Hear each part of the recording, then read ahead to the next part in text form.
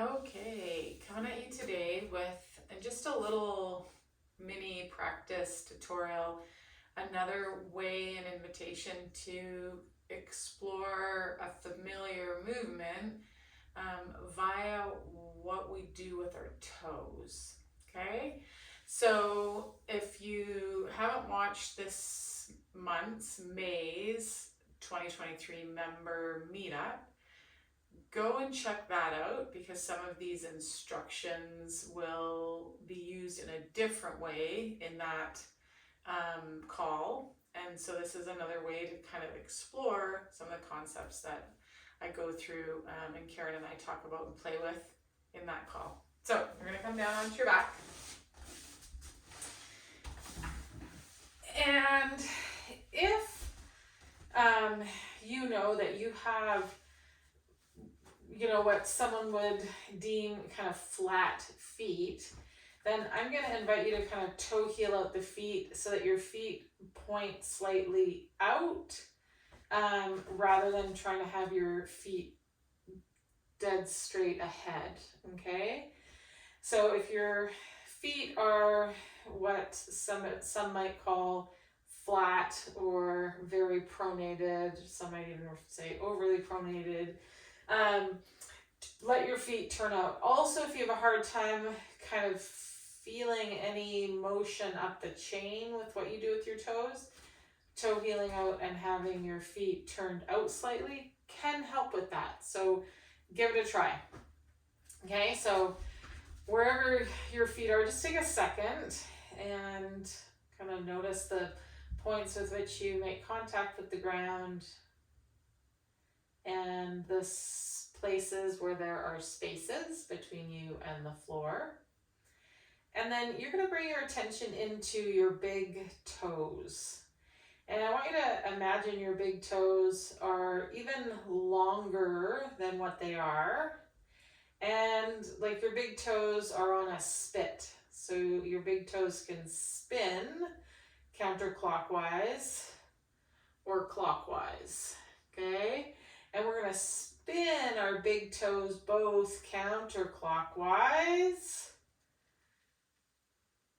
Keep spinning them, spinning them, spinning them. When you kind of there's nowhere else to spin those big toes, then you'll start spinning and cranking them the other way. Spin, spin, spin, spin, spin, spin, spin, spin the big toes. Spin the big toes. And doing this with your fingers can also help kind of conceptualize what's happening in those big toes as we're creating motion up the chain. Now, I know we can't spin the big toe, but almost imagine if I was there with you and I took your big toes and I'm like turning the big toes, turning them, turning them, turning them, turning them, turning them. And the legs just go to where the legs go to. So they don't have to go to the floor. We're not trying to get them to the floor. You're going into like there's no way to turn the big toe knobs anymore. And then you turn them back the other way. Okay, and just notice the movement of your legs, the movement of your pelvis, your sense in your spine of, does it side bend? Does it rotate? Does it extend or flex? Turn those big toes. Last time, each direction, turn, turn, turn. Turn, turn, turn. Even if there's no like perceptible, like if you looked at your feet, there's no like perceptible motion, like you thinking of turning those big toes, like really cranking on them, communicates with the system. So just conceptualize, really picture in your mind's eye, that's the action. And then let the legs rest in center. Just take a second, again, notice the parts of you in contact with the ground, the places where there's spaces. And then we're going to bring our mind's eye and our attention into our second toe. So the toe next to our big toe. And we're going to bend our big toes to the right. And movement will happen. It might be different than mine. And then bend your big toes to the left. So this bend action is a yaw. Okay. If a toe was the fuselage of an airplane, it would be the nose of that airplane yawing to the right and then yawing to the left. Said another way, the second toe yaws on the trail leg towards the big toe and on the lead leg away from the big toe. And then we bend it towards the trail leg big toe and away from the lead leg big toe. So just yawing that second toe. And again, notice the movement communicated up into your legs, your pelvis, your spine with this yaw or bend of the big toe. And there doesn't need to be a ton of movement. Some of us, there might be a lot, especially those of us that have like really long second toes. But can you conceptualize in your mind's eye this action of bending or yawing the big toe or the second toe towards and away from the big toe?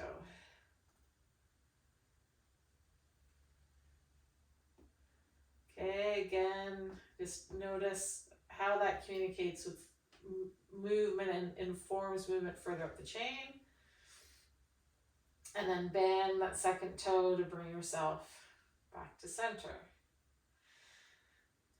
Okay, great. So the last exploration we're going to do here is we're going to do both those things simultaneously. So we're going to spin or crank, turn the big toe and simultaneously bend our second toes, okay?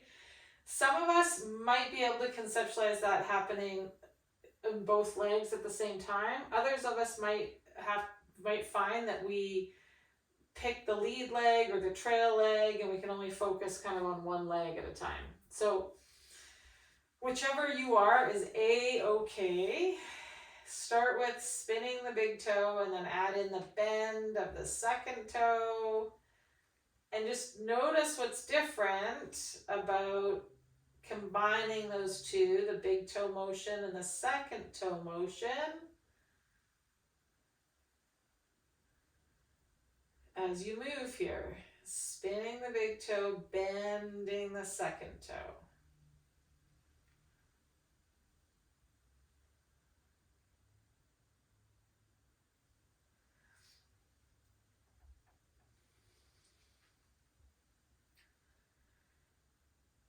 And maybe you notice that the second toe bends a certain way to a certain point, and then the bend switches while you're still moving in that direction. So what I'll notice is I'm going to bend this second toe as I crank the big toes and spin them towards the big toe and away from the big toe. And then at a certain point, the toe bend switches and this toe bends towards and this one bends away from the big toe. So if you notice that natural kind of change, even though you're still cranking the big toe in the same direction, that the direction of the second toe bend kind of changes midstream on each of your legs. And if it doesn't, that's okay too. Just notice what happens for you in that sense of being able to spin the big toes and simultaneously bend the second toe. And again, notice the movement that gets communicated up the chain and the quality of what happens in your spine, whether there's more of a quality of feeling rotation or side bending or flexion extension. Okay, and then the next time you come through center, pause and just be there for a second. And again, notice where you've got contact with the ground, where there the places where there's spaces between you and the ground. And just notice what you notice. You take the legs out long. Notice what you notice here.